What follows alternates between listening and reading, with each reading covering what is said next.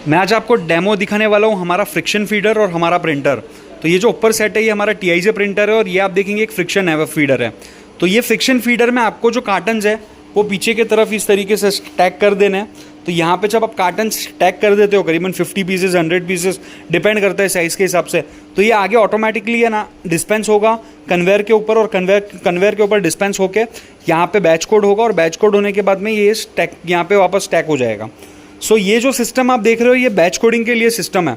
अब इस सिस्टम को क्यों आपको लेना चाहिए उसका मैं आपको बेनिफिट बताता हूँ। काफ़ी सारी कंपनीज़ में हमने विजिट कर चुके हैं और वो कंपनीज़ में हमने देखा है कि कस्टमर मैन्युअली सिंगल पीसेस करते हैं। आइदर वो एक एक करके बैच कोड करते हैं मैन्युअली या फिर मैनुअल कन्वेयर पे एक एक करके प्लेस करते हैं कार्टन को और फिर वो आगे जाके प्रिंट करते हैं। तो ये सिस्टम बहुत ज़्यादा स्लो है। अगर आपको दिन के 50,000 कार्टन्स करना है तो वो 50,000 कार्टन्स करने के लिए आपको पूरा दिन लग जाएगा। लेकिन हमारी ये जो मशीन आप देख रहे हो ये मशीन में आपने अगर स्टैक कर दिया है पीछे तो ऑन एन एवरेज आपको 100 से 150 या फिर 200 कार्टन्स पर मिनट की स्पीड आपको मिलेगी। कार्टन्स के लिए, पाउचेस के लिए थोड़ी कम हो जाती है क्योंकि पाउचेस बहुत ज़्यादा सॉफ्ट होते हैं जिसकी वजह से हमको इसको स्लो स्पीड पे चलाना पड़ता है। बट अगर आप लेबल की बात करो या फिर कार्टन्स की बात करो तो ईजिली आपको 100 कार्टन्स पर मिनट की स्पीड आपको ईजिली मिलेगी। तो ऑन एन एवरेज अगर मैं 100 बोलूँ तो 6000 कार्टन्स की स्पीड आपको ये मशीन में मिलती है। तो स्पीड एक अलग चीज़ हो गई, लेकिन अगर मैं आपका ऑपरेशन बोलूँ तो भी बहुत इजी है। आपको सिर्फ पीछे की तरफ स्टैक करना है कार्टन्स, मशीन को स्टार्ट करना है। स्पीड कंट्रोल हमने दिया हुआ है, ये देखिए ये स्पीड कंट्रोल है ड्राइव। तो आपको यहाँ से स्पीड कंट्रोल करना है। स्पीड कंट्रोल करने के बाद में slow speed fast speed carton के साइज़ के हिसाब से आप एडजस्ट कर सकते हो और ये स्पीड के हिसाब से आप ये प्रिंटर को सेट कर सकते हो। तो ये दोनों का सिंक्रोनाइजेशन अगर आपका हो गया है तो उसके बाद आप ये मशीन ऑपरेट कर सकते हो।